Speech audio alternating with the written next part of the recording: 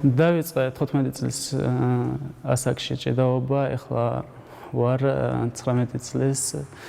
აქ ესეთი პირობები არ იყო, რომ ეჭიდავა რაღაცა, ეს დარბაზი რაღაცა პრობლემა იყო, იქიდან გადავედი გროზნოში, ვჭიდაობ გროზნოს გუნდში, მთავარ სборნი კომანდაში. ბანკში არ არის პირობა, პირველი ის არ იყო საჭიდაო ადგილი, არ იყვნენ რომ ასწავლონ ბავშვებს, არ იყვნენ ტრენერები.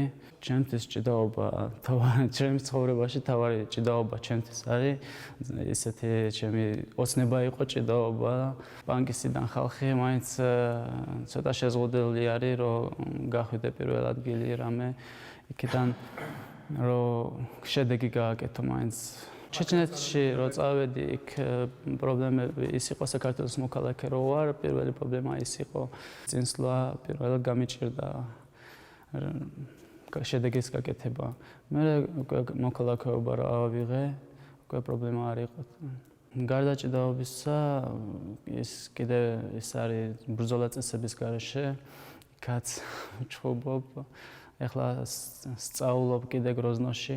ვფიქრობ აქ დაბრუნებაზე, ეხლა მაინც გაუნჯობესდა პირობები ყველაფერი მე მგონი სპორტის მხრიდან. ჩვენი ბიჭები ჭიდაობენ, აქ ყველა ამბობს, რომ კარგია, კარგად ვჭიდავ, ყურადღება კარგად გვაქვს ჩვენ ყურადღებას და შეიძლება დავუბრუნდე, რა ვიცი. ჩემი მიზანი არის უფრო წინ წავიწიო, მოვიგო სოფლიო, უფრო წინ წავიდე ოლიმპიადაზე გასვლა. თუ ივარჯიშებ და შრომის მოყვარი ხარ, ყველაფერი გამოვა ჩემი აზრით.